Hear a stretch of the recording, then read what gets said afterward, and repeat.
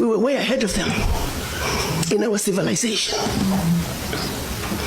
They set out to destroy us. And Berlin Conference put the nail on that coffin. So they gave Djibouti the same sovereignty as the United States. They gave Burundi the same sovereignty as China. They gave Togo.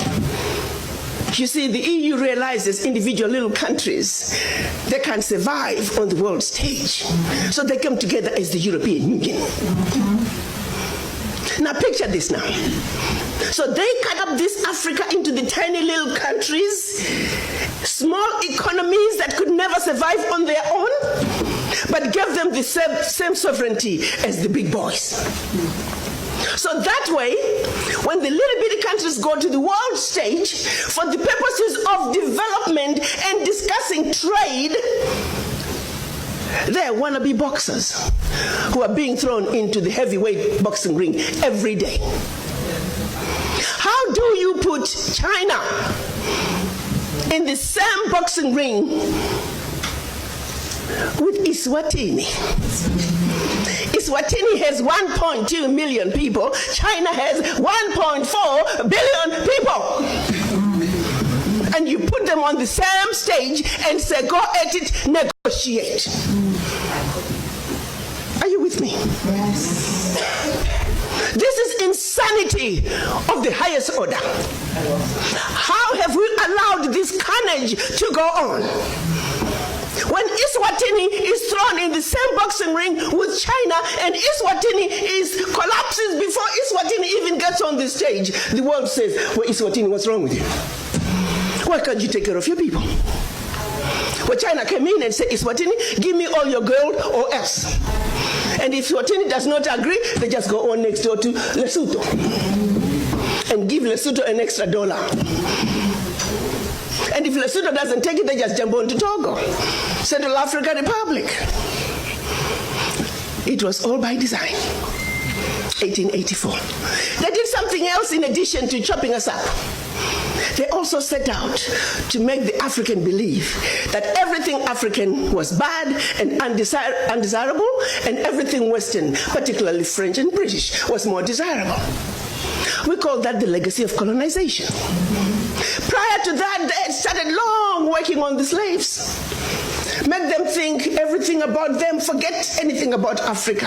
Where you come from is a horrible place, diseased and dying people, constantly at war with themselves, uncivilized. Cut out any communications with them.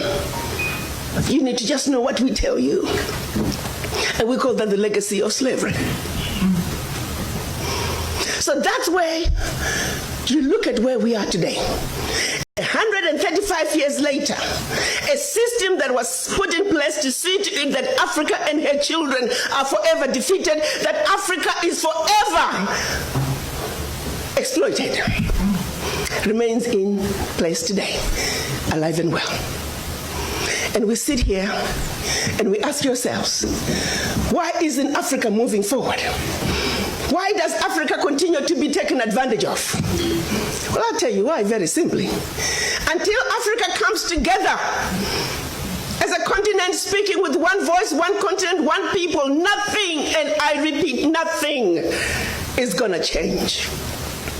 As individual little African countries, we are wannabe boxers.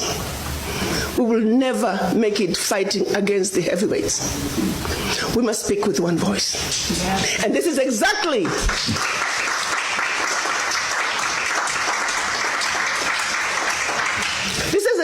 what our Pan-African leaders wanted to see happen in 1963 when they came together in Addis Ababa, Ethiopia. They clearly stated that Africa for the Africans at home and abroad, and that African Union was now. They said Africa must speak with one voice. It is the only way for Africa to take its rightful place on the world stage. Sadly, when they went to Addis Ababa in 1963, they were divided. We had two factions, the Casablanca Group and the Monrovia Group. The Casablanca Group were saying Africa for the Africans at home and abroad, and African Union now. This was Ghana, Guinea, Mali, Egypt, Morocco, Algeria, and Tunisia. Only 7. The other 25 of the 32 who attended were the Monrovia Group. They were the nationalists. They said, let's go slow. Let's kind of wait on this Pan-African thing. 55 years later, 56 this year, we're still going slow.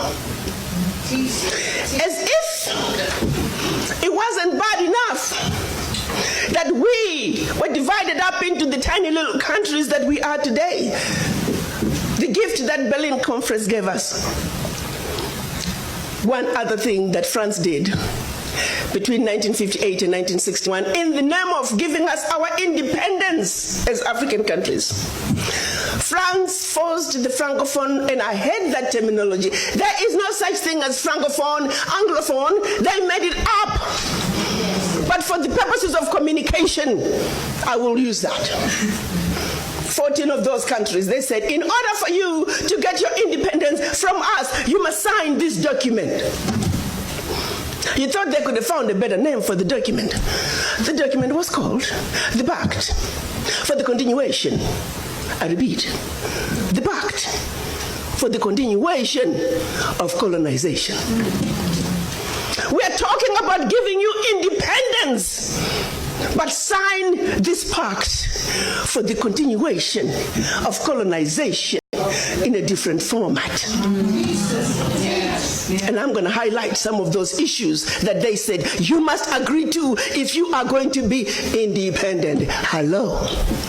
Maybe we need to redefine the meaning of independence for the French.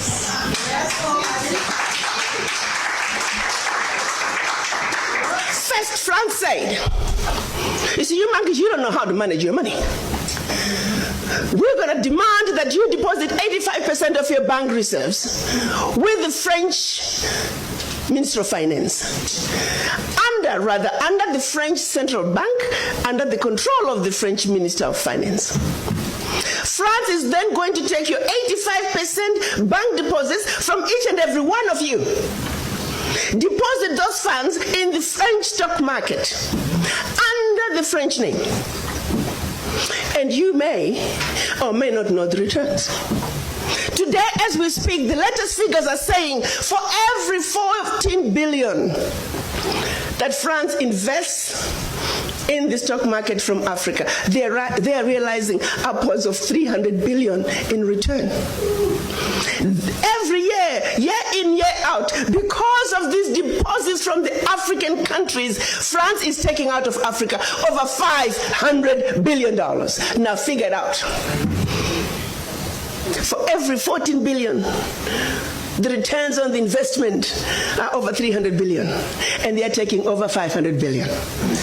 So in actuality, France is taking out of Africa trillions of dollars year in and year out from us poor people, Africans. Back to the pact. So should you want to access some of your money that you have deposited with France, you have to submit your country's financial returns. And if approved, you get to get it as a loan. You can only access up to 20% of your money year in, year out as a loan at commercial interest rates. Your own money. As if that was not enough. They said all your minerals discovered, yet to be discovered, all your oil discovered, yet to be discovered. France and French companies have the first right of refusal. If there's anything left over that the French companies do not want, your people might have. To this day. They said you will only use a currency that we created for you because you're special Africans. We call it the CFA. There was the Central African CFA and the Western African CFA, same animal. And that France is the only one that can print it for you. 1958. Fast forward. They're still printing it for us. And if you start misbehaving, they just stop printing your money. And your country's in trouble. They also said your language of instruction shall be French, whether you like it or not. That France will have military presence in your country. That your military can only be trained by France. That you can only buy military equipment from France. That you cannot have any military alliance with your neighbor. And that in the event of war, your allegiance is only to France. And furthermore, because they have military presence in your country, they can invade you without notice should they feel that the interests of France in your country are being violated. Teach, sister, teach. Speak on, sister. Fast forward, 2019, nothing has changed. The same people who have the audacity to tell us that we are poor countries, they are taking trillions out of Africa every year. And what is the African doing? Like an obedient, programmed black man, we just give in. We know the facts, but we just do nothing about it. Now, you have to say some of the fears are real, because in France that has sold you inferior equipment to theirs, France that has trained your military to be inferior to their military, they are now in your country. They can invade you. They have the permission to do so. They can destabilize you. And then one might say, why is it that African leaders haven't done anything about this deplorable situation? Well, let me tell you, my brothers and sisters, they have tried. Documented to this day, 22 coups where leaders were assassinated. France had something to do with it. The first 7, when they decided they were pulling out of the CFA and that they were going to print their own money, they were assassinated. Every time an African leader has tried to do what's best for their country, they were assassinated. Majority of them aided by France. It's a known fact. And then others, they were just mercenaries who felt that when there was a natural resource discovered in one country, they wanted to create a coup. So while the country is thrown into a civil war, they're siphoning the natural resource. We know of one particular story that had we not known about it, it would have been, oh, there we go again, the Africans. In about 25 years ago, a group of young, rich white kids were having fun in Cape Town. They found out that there was oil in Equatorial Guinea that had just been discovered, and they wanted it. So they set out a plan to have a coup in Equatorial Guinea. So while the Guineans are busy fighting a civil war, they will be siphoning the oil. But they made one mistake. There were 2 planes. One was to leave South Africa, stop in Zimbabwe, pick up more ammunition on their way to hunt in Equatorial Guinea. Another plane was taking off in the Caribbean that had this puppet diaspora who was supposed to be the next president. Mugabe wondered why such young people needed such powerful ammunition to go hunt in Equatorial Guinea. In doing his research further, he found out that this was a coup in the making. He allowed them to land in Zimbabwe. They loaded their plane, and just before takeoff, they were all arrested. The ringleader of that group was none other than the son of the former Prime Minister of the United Kingdom, Margaret Thatcher. She had to fly to Zimbabwe and paid handsomely to get her son out. The last one of those prisoners left Zimbabwe about 6-7 years ago. Had these young people succeeded, it would have been another coup. There you go, the Africans again.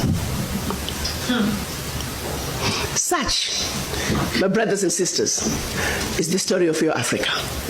They don't do coups anymore. They simply create instability. So when you hear of an instability in an African country, ask yourself, what is really going on? Sister Because what they are telling you is really going on is just a shiny object. The real issue is over here. And you need to stop before you start being used as an instrument of your own self-destruction.